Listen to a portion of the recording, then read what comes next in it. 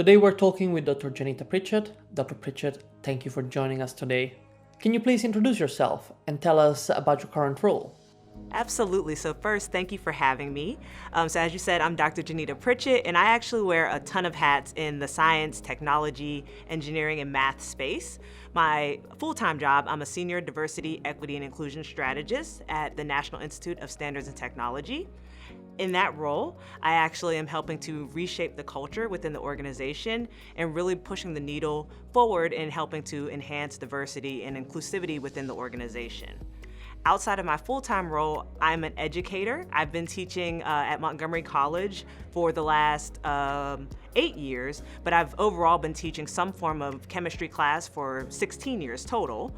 I am also a leadership coach, and so I work with individuals and organizations to really help them advance their careers or reshape, again, the culture of an organization. I am an entrepreneur. I have a few different businesses. I'm the founder of JSP Coaching and Consulting, which allows me to partner with different organizations. I'm also the founder of STEAM Forward Academy, and our mission is to inspire youth to pursue science, technology, engineering, art, and math with confidence, curiosity, enthusiasm, and a genuine sense of belonging.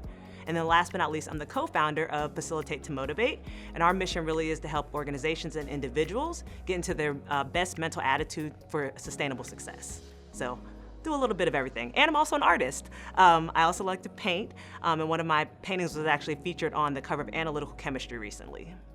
What motivated you to go into science, and how did you progress to the role of Senior Diversity, Equity, and Inclusion Strategist within the federal government? So, great question. So, I am actually a second-generation scientist. Both of my parents were nuclear engineers. They actually met in physics class, which is, not really heard of in the South. They went to Alabama A&M. Now, when I was growing up, they were very passionate about exposing me to opportunities that exist in science. And so they actually bought my first microscope when I was 5 and put me in computer camp and pretty much encouraged me to be curious. Fast forward, I had a fantastic chemistry teacher, Mr. Frank Stakowitz, who actually is the reason I became a chemist originally. He pulled me to the side when I was in the first 9 weeks of class, and this is when I was feeling too cool for school, not doing what I wanted, could do.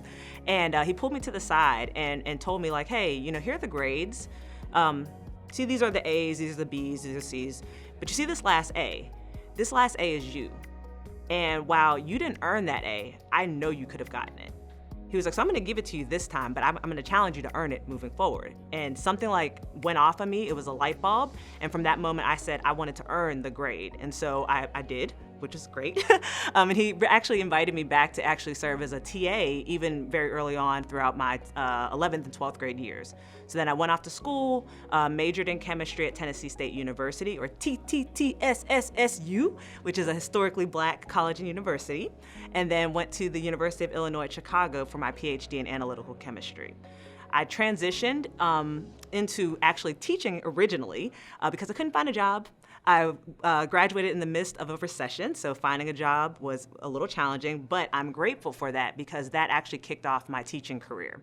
In the midst of that, I actually applied for a National Research Council postdoctoral fellowship at the National Institute of Standards and Technology. I earned it, got it, and actually took my talents to Maryland and have been there ever since. Now, when I started in the government, I had no clue that I would be in the organization as long as I have. It was supposed to be a 2-year postdoc, but I actually really enjoyed what I was doing and enjoyed my colleagues. So I had a mentor very early on tell me, as you're networking with people, getting to know others, make sure you tell them a couple things. Who are you? What is it you can do? And where you see yourself going? And so I carried that information with me everywhere. And I knew that while I was good in the lab, I really wanted to touch more people and help others get inspired to come into the STEM field. So I started networking with people. I eventually went on a embassy science fellowship where I got to go to South Africa for a few months and teach teachers and students about science, technology, engineering, and math. Came back and then stepped into a scientific advisor role where I was actually now working with leaders to drive the direction of our laboratories. And because of me talking to people, I actually then got offered a position as an academic program manager where I was actually director of the very program that brought me to the organization. And then most recently, because everything that I've always done has been grounded in diversity, equity, and inclusion, I was asked to step up and help with developing the strategic plan for our organization, and then that turned into a position. And so here we are 11 years later, and I've had quite a journey since kicking off my career post-PhD. What do you believe are the greatest obstacles that women face when working in STEM? And what kind of obstacles, as a woman of color, have you personally experienced? Absolutely. So, women, I think in STEM or any discipline, it's an uphill battle, right? Historically speaking, we are paid less than our counterparts. It often is a bit challenging finding mentors that look like yourself. And then couple in things like taking maternity leave and wondering how that's going to impact your career. While I'm not a mother, I definitely have family, friends who have actually experienced that, and so I've seen the hardships that decision, when do I have a child, is this going to impact my ability to do research, can really take a toll on somebody. But then specifically when I couple in the intersectionality of being a Black woman, there's a whole nother layer of obstacles that I've faced. I have been questioned for my capabilities, asked if I'm actually a scientist, asked to go get coffee for somebody in a room of leaders when I'm a leader with them, because they did not think that I belonged there.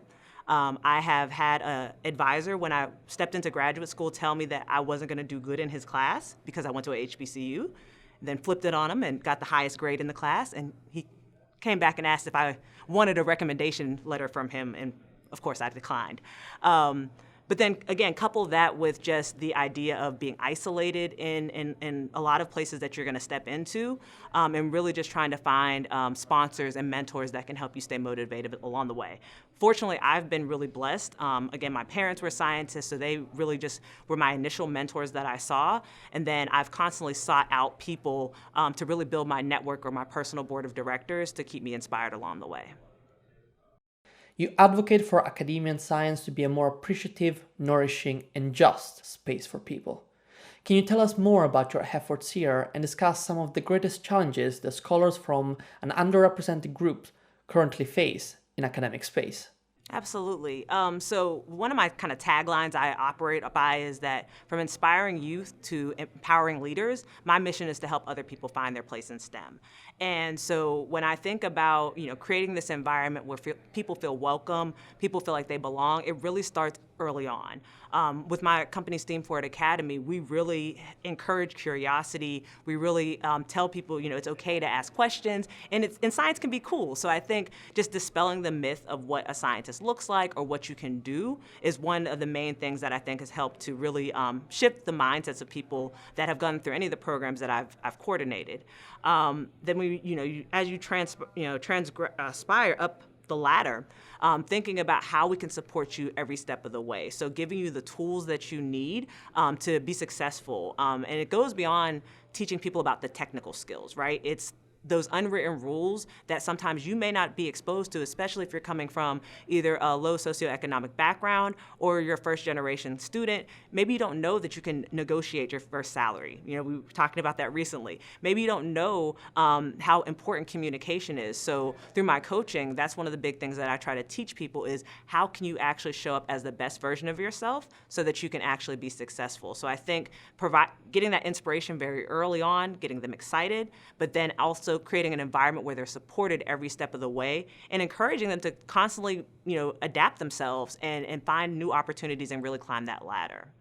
Now, when I think about biggest challenges, there's, again, not a lot of mentors out there that may look like them. So for a lot of people, they may not feel comfortable being their authentic selves around others that may not share the same experiences. So more programs are definitely popping up and creating those environments where people can feel supported. But the isolation is definitely real, maybe lack of resources depending on where your schooling is, and just really not knowing what are the opportunities. Like I never in my wildest dreams could have thought that starting at the bench, I would be at the level where I'm at now. So just getting more information out to people about all the opportunities that are there will really help people overcome those hurdles. Your work with STEAM Forward Academy is truly inspiring. Have you got any advice for young girls and individuals from historically excluded groups aspiring towards a career in STEM?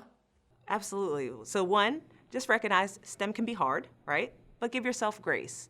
It's important to know that, yeah, you may not get a problem correctly, solve it correctly. You may not know the answer immediately, but that's what science is. It's about asking questions, stumbling a little bit, and figuring out a solution. So my big advice, if I think about people that are in school, is one, form study groups, right? Find like-minded people that are interested in these topics as well, because you'll find that if you can explain something to someone else or just bounce ideas off of someone else, you'll learn the material that much more. Two, connect with your teacher. I know, nobody wants to hear that, but your teacher can be your advocate. Like I said in my story, my teacher was the one that inspired me, and so help the teacher to know what your learning style is, what support you need, so that if they're not teaching something the way you need to learn, they can adapt their style. Three, again, remain curious, because there's just a lot of unanswered questions out there, and sometimes people tell you certain things, but for you to truly understand, you have to ask that why. And then four, just find your support system, that network, your personal board of directors. Seek people like mentors, coaches, sponsors, advocates, cheerleaders, because those are going to be the days that, someone says something disparaging to you or you don't do too well on your test. They're going to be the people that really uplift you. And I think I would not be where I'm at without my personal board of directors, for sure. And finally, what is something that motivates you, that pushes you to continue your pursuit of science? So that's a fantastic question. So two things come to mind. One, when I'm teaching, like I said, I've been teaching for 16 years. I can literally see the light bulb go off in someone's mind when they've finally got a topic, right? Or finally got a concept down. First day of class, I asked my students, how many guys are scared about this class? They put their hands up nervously.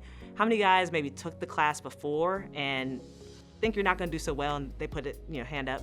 So I tell them, look, if you throw out everything you've ever learned before and just stick with me, I promise you're going to leave here better than you were before.